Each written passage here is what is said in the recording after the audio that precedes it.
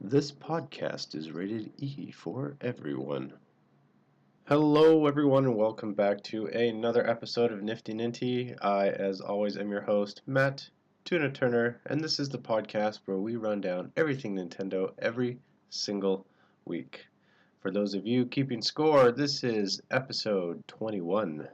I've got another great show for you guys this week. We've got some good news, some bad news. There was a kind of pseudo Nintendo Direct this week, and of course, a bunch of new releases.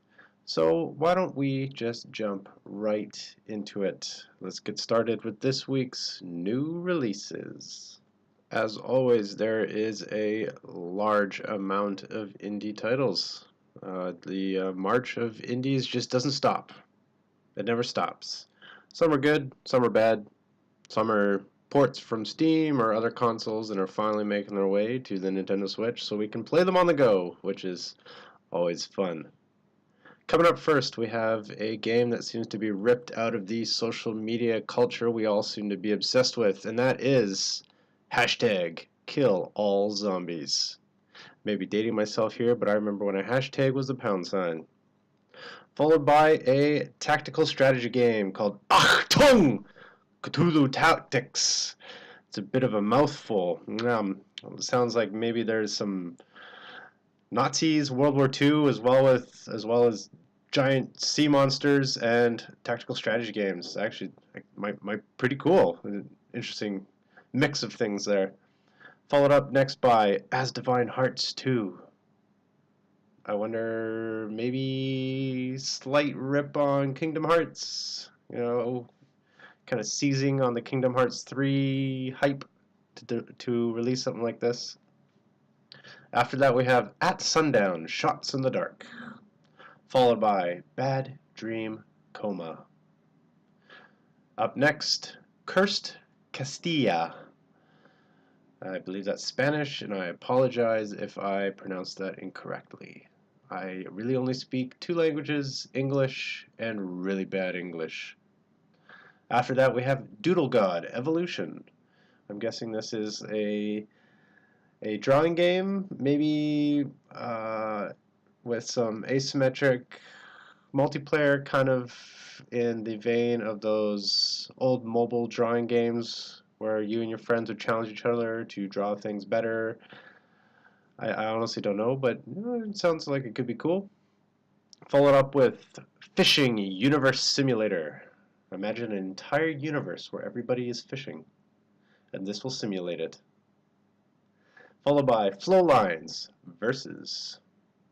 After that, we have Future Grind, followed by Heroes Trials. After that, we have Ihugu, which is all in caps. Ihugu. Ihugu. Ihugu? Ihugu. After that, we have another one that is equally as nonsensical as the last one, Ihugu. We have Enops, Inops, Inops, Enops, Inops, Inops, I don't know, Inops. Sounds kind of neat. Followed up by Jack Quest, The Tale of the Sword. After that, Le Grand Legacy, Tale of the Fatebounds. My Memory of Us, followed by something that on first glance might seem like a Pokemon game. It's not, called Pikuniku, followed by Smite, which I believe you've been able to get on Steam for quite a while now, and that has finally come to the Nintendo Switch. And that ends the Ninty releases. The only package release this week is probably inspired by the poems of Edgar Allan Poe for Quoth the Raven. Although that's not actually there's no quota. It is The Raven remastered. So, it sounds pretty cool. I wonder if it's dark and atmospheric. I have to go check out a video for that, I think. Neat. Once again, more and more titles are coming to the Nintendo Switch. It is an amazing time to be a Nintendo Switch owner. Of all these indie titles, I think the ones that stand out the most are probably Achtung Cthulhu Tactics, because I like a good turn-based tactical strategy game. I wonder if it's less strategy and more RPG, or maybe a nice kind of mix of the both.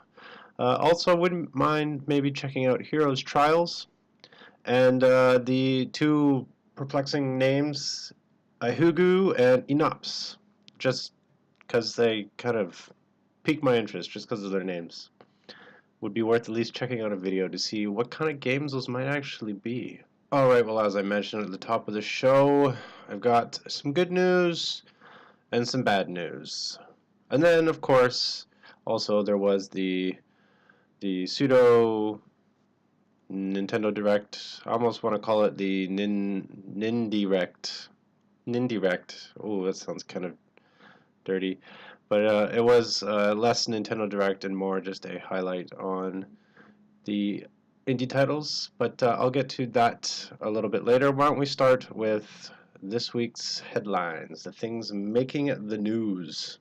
What do you guys want first? You guys want the bad news? You want the good news? You know what? I'm a big proponent of getting the bad news out of the way. So why don't we start there? So if we all remember E3 2017, Nintendo showed off a video of some stuff we can expect for the Nintendo Switch. And one of those neat little surprises in that video was the number 4 that slowly came to signify Metroid Prime 4. We're like, oh my god, Metroid Prime 4 is coming to the Nintendo Switch. Yes, finally we get a follow-up. It's been, 2 console generations because nothing came to the Wii U. Sad news, guys, sad news. Metroid Prime 4, well, it's not completely sad news. Metroid Prime 4 is being taken back by Retro Studios, so that's good news. However, as it has changed hands, they are starting development over from ground zero, which means a pretty hefty delay for Metroid Prime 4, which means we aren't going to see it this year, maybe next year. Depends how long Retro Studios takes. So while it's sad that Metroid Prime 4 is being delayed and they are completely restarting the development of this game, I wonder how much of it was done by this point. I wonder. At least it's going back to its original creators, Retro Studios. I wonder how much has been created though. I'm just gonna. What do you guys think? Do you guys think that the previous developers had completed close to completion the game? I mean, it was 2017 that it was teased, and I would have assumed that we might have seen something by the end of last year, but we didn't see anything. Now we know why. So I wonder if maybe they got like 45, 50% through, and then I wonder if Retro's going to keep any of the stuff they did. I guess we'll never know, or maybe we'll have to wait for some post-mortems once the game is actually out. Hopefully we'll get more information soon about possible release dates, but my gut tells me that we probably won't hear anything until E3 this year, or perhaps a Nintendo Direct in the fall. So, not the best news, actually really, really bad news. Although, like I said, handing back to Retro Studios, which is definitely a silver lining. Alrighty, on to the good news. Our beloved hybrid console has become one of the fastest selling consoles of all time. In fact, it is the best selling video game console of 2018. So Nintendo's dream of selling Wii-like numbers of the Nintendo Switch are becoming a little more likely. I think if they could get 100 million units of the Nintendo Switch sold over its life cycle, I think that's actually quite possible. It's already sold, I think, 15 million units, and it's about to enter its 3rd year. So not bad at all. And not only has the Nintendo Switch been selling like hotcakes, but also for the month of December, which was Super Smash Bros. Ultimate's launch month, it was the 5th best-selling game of that month. And that does not include digital sales, where the other titles, the four in front of it, did include digital sales. So I imagine if you were to include the digital sales, it'd be even higher. It might even be number one. We don't honestly know because the data firm that tracks all these did not track the digital sales of Super Smash Bros. Ultimate. That data firm, by the way, is NPD. Back onto Smash Bros. Not only was it one of the hottest selling games of the month of December, it was one of the top selling games of the entire year. So in just 30 days, it was in the top 5, possibly even top 3 games of the entire year. Now I know I bought it and a whole bunch of other people bought it, but wow, that's impressive. That's impressive. This is obviously really good news for Nintendo and its shareholders. Traditionally, mid-cycle or mid-life cycle, I guess you would say, of a console, things start to slow down a little bit. You see the majority of the adoption rate for any console kind of in its first year, which again for the Switch, from March of 2017 till the end of 2017 was still quite high. It was almost 13 million units, which outsold the Wii U in its entire life cycle pretty much. And then in the last year was again the hottest selling console of 2018. So, you're looking at tens of millions of units sold. I don't think they're up to 20 yet, but they must be getting close. So, and I imagine that it's not just because it's a slick, cool piece of machinery. I think it's also because there's actual good experiences on it, and that goes beyond the obvious Breath of the Wild, Mario Kart, Super Mario Odyssey, Donkey Kong, those things. But a thriving indie scene as well as third-party developers finally coming back and saying, you know what, this is a viable platform. So things are looking up for Nintendo, and this also seems to be a trend of theirs. When they fail, they seem to come back with crazy amounts of numbers. I mean, the GameCube didn't sell well, but the Wii did. The Virtual Boy did not sell well, but the Game Boy Advance did. And then just recently, the Wii U was kind of a catastrophic failure, but you know what? The Switch ain't. So good for Nintendo, and I hope that they keep cranking out some really good gaming experiences, and we don't see a plethora of shovelware come to the system. Alright, well that's it for the news. It was kind of a slow news week, but that's because we got the Nintendo Indie Showcase that I'm going to call the Nindirect, because it had the presentation of a Nintendo Direct, but was not from Nintendo itself. So, but it was cool. It was full of lots of really neat games that are either out now or coming soon. And I think I'll just break down that video and all the news coming out of that right now. The video opened with a neat little splash explaining exactly what it was, an indie showcase. And the very, very, very, very, very first game they showed was probably the one I'm most excited about. So they started strong. They showed what appeared to be like a brand new anime, and you're just like, oh wow, this is kind of cool. Where's this going? Is this a new TV show? Nintendo's getting into TV? Wow, awesome. But no, it is actually the beginning trailer, some anime style cinematics for the new tactical game Wargroove, which I'm not going to say is a spiritual successor to Advance Wars, but looks heavily inspired by the Advance Wars series, as well as a little bit of Fire Emblem. It has, like I said, a very cool anime aesthetic, and of course the lovely tactical strategy play style that we all love. A genre that personally I am a huge fan of, and if anyone listens to this show regularly, they know that I'm a big fan of tactical strategy. They listed a few features about the game, most notably that it has online and local multiplayer, so when you load this up on your Switch and take it with you, you can play with other friends on the bus if they happen to have it. It does have kind of, I'm going to say Advanced Wars. Again, it definitely borrows heavily from Advanced Wars. Like Advanced Wars, you choose a commander. They call it a commander instead of a CO.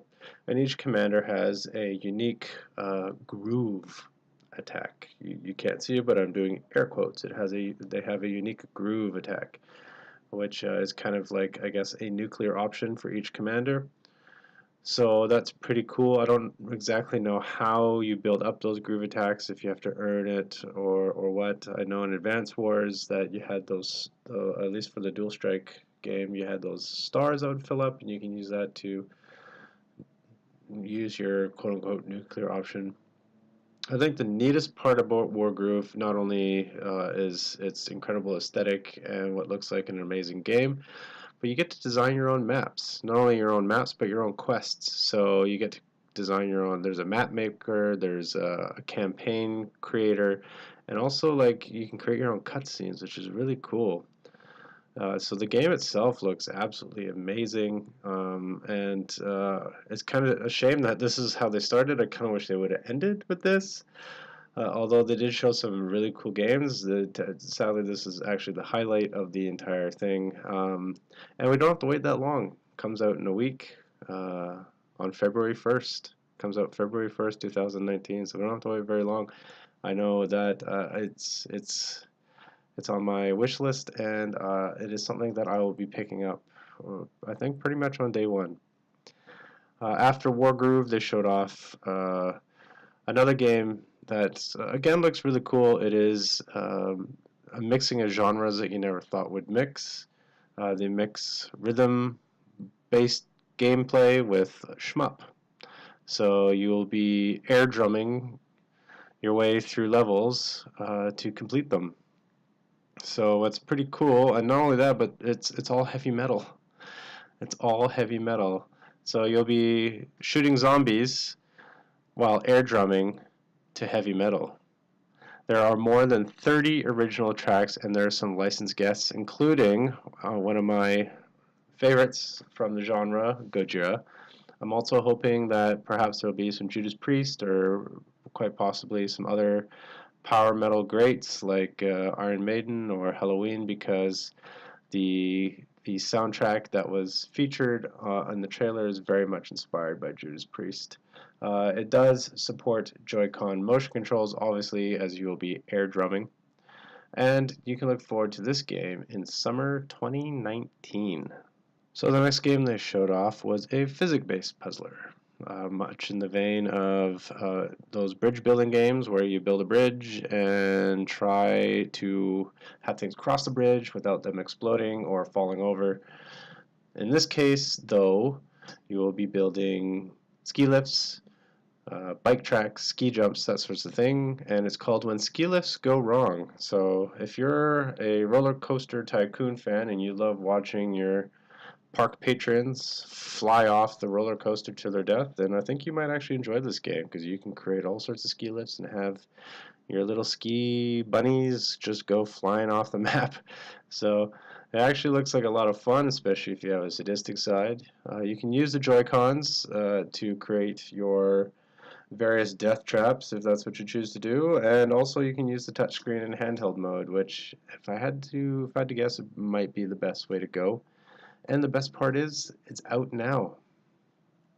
After When Ski Lifts Go Wrong, we got another type of game that involves fighting, crafting, building, and surviving.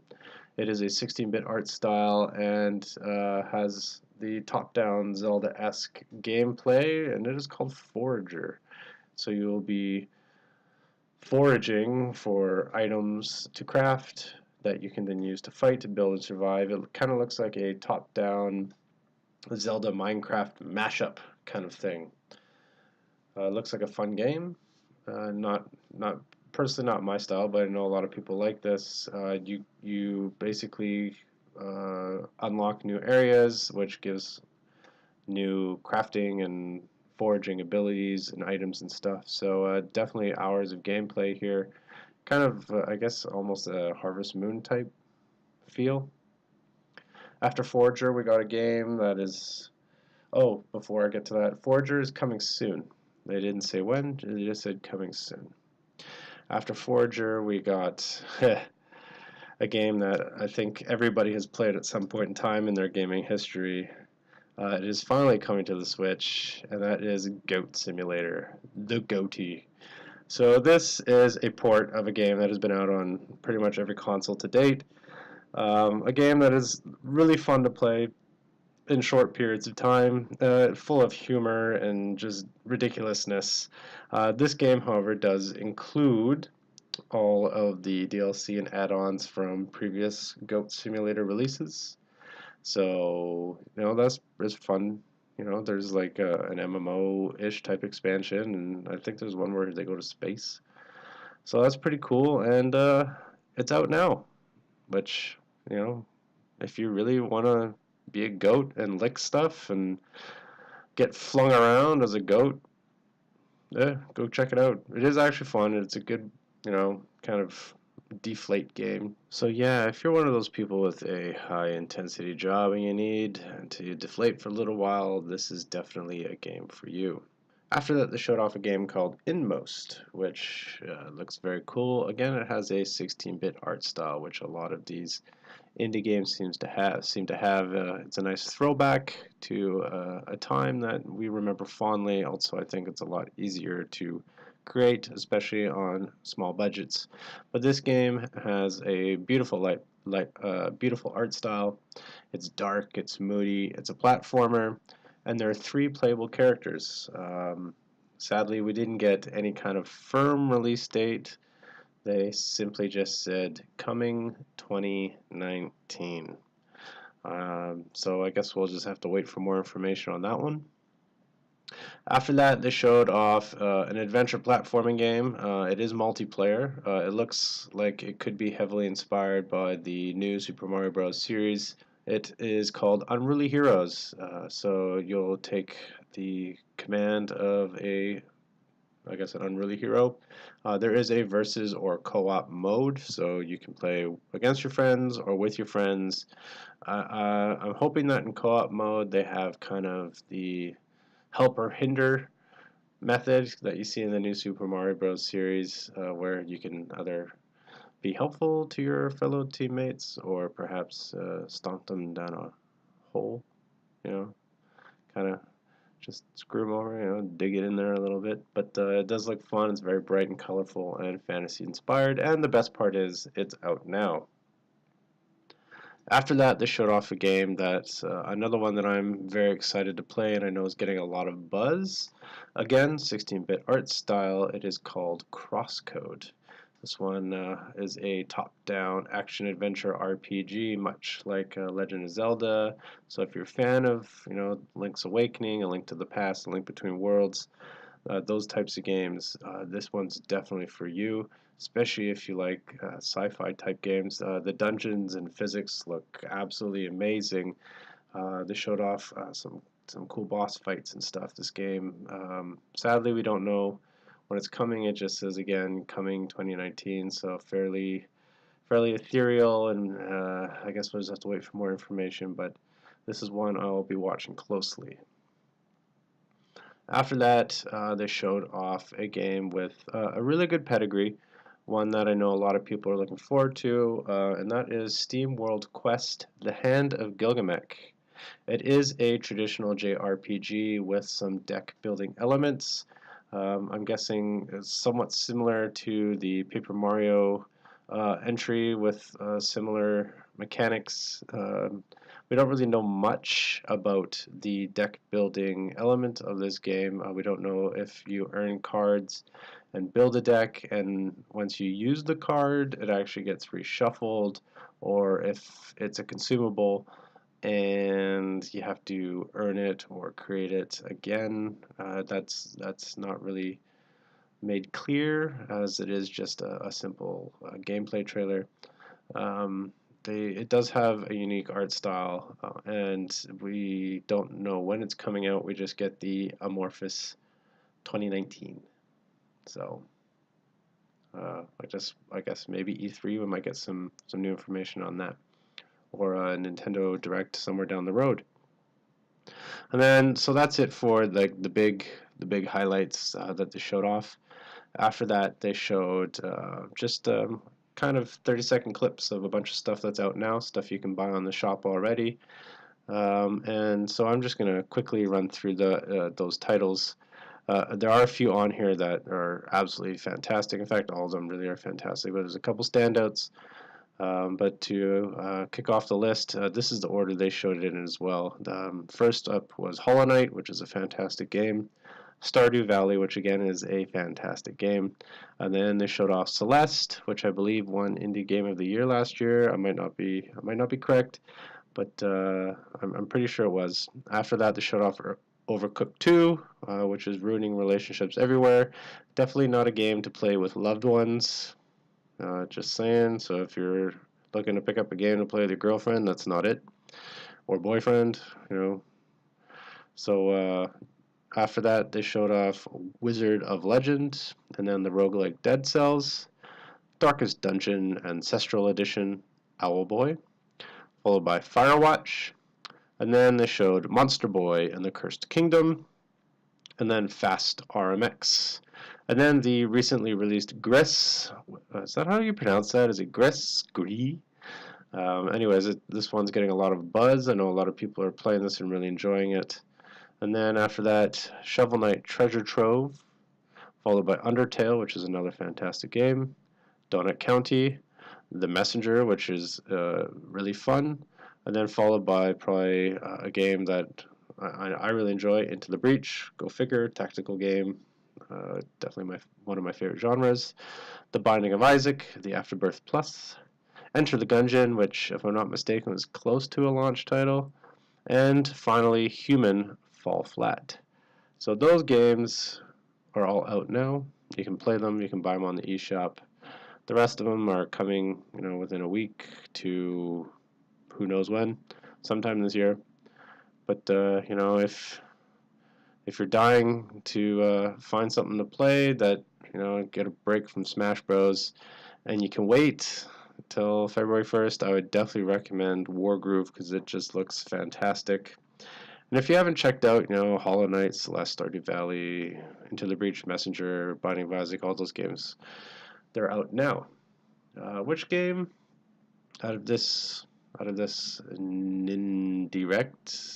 Indie Showcase, whatever you want to call it, which of these games does tickle your fancy the most?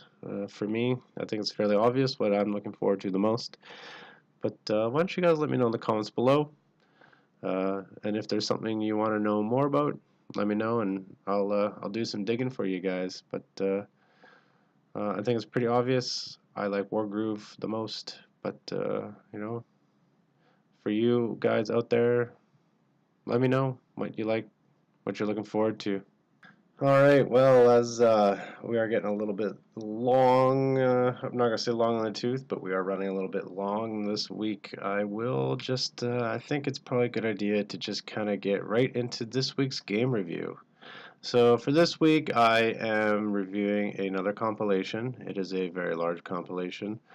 And that is the Sega Mega Drive Classics Collection, or I guess Sega Genesis if you're in the Americas, but for Asia and the EU, it was the Mega Drive collection. And so here it is. I hope you guys enjoy it. The Sega Mega Drive, or Genesis depending on your region, Classics Collection is an impressive package conveniently stuffed into a Switch game cart. But is it truly next level? This collection is absolutely massive. It sports 50 games. Yes, you heard that right. 50. 5-0. Pretty much every hit from the Mega Drive Genesis is here. There are a couple notable absentees. Sonic and Knuckles, I'm looking at you. But no matter your favorite game or genre, there's something here for you. Much like a lot of these re-release collections, you get a lot of modern upgrades. This includes a rewind function, leaderboards, and online multiplayer. I tried to play online but couldn't connect, and it makes you ask if there's a community here or if it's simply no servers in my region. While these titles do play just as you remember them, and there's a lot to choose from, when compared to NES's offerings, sadly it's not Genesis does what Nintendo don't, because even though there are a lot less NES offerings, those titles and the online is just more fleshed out. Nostalgia's abound in this title, and every game you plug into just takes you back, which I suppose is the main selling feature of this game. Every game is exactly as you remember it. It's just not that every game is as good as we remember it. Sonic, Alex Kidd, Comic Zone, Rise Star, and Virtua Fighter are worth the price of admission though. The controls would really depend on the game you're playing, and also which configuration you have for your Switch. They are faithfully recreated, so Sonic handles just as well as you remember him to. Similarly, the heroes from Golden Axe just as poorly as you remember they do. In terms of using the actual Switch hardware, I found that using the stick wasn't always advantageous. While it was more comfortable to use the stick, I found that using the, I can't really call it a D-pad, but the four directional buttons to be the best way to play many of these games. Of course, if you do mess up, you can always rewind, or customize the controls to your heart's consent. The way Sega has decided to lay out this collection is actually kinda neat.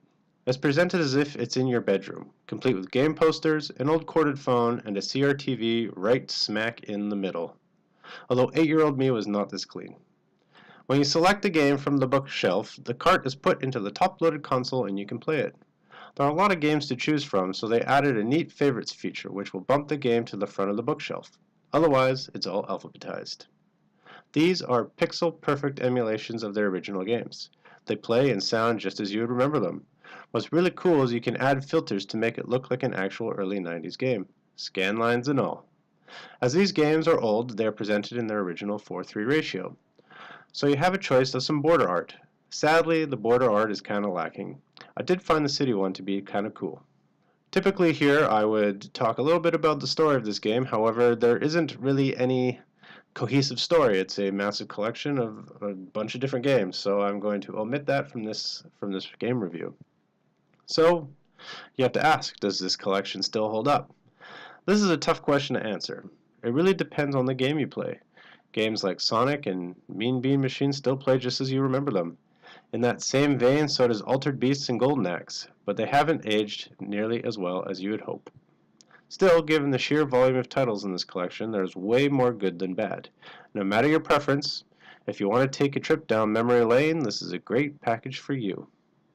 So the final verdict for the Sega Mega Drive, or Genesis, Classics Collection. For the gameplay, there's tons to choose from, there's modern additions, but the online multiplayer doesn't seem to work. I gave it a 7.5. For the controls, plays as you remember them, customizable, and the, I'm going to put this in air quotes, D-pad, I felt was the better option. I gave it an 8. For the presentation, there's a neat concept for the game hub. These are pixel perfect emulations, and it still sounds pretty great. I gave it a 9. For story, there wasn't anything cohesive, so I can't fairly score that. So, not going to count it. And does it still hold up today? Some games better than others, but with such a large collection, the good definitely outweighs the bad.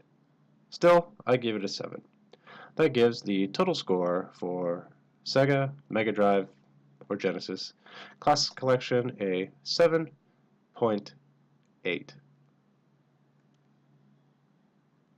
Alright, well that was a quick little review for you guys. I hope you enjoyed it.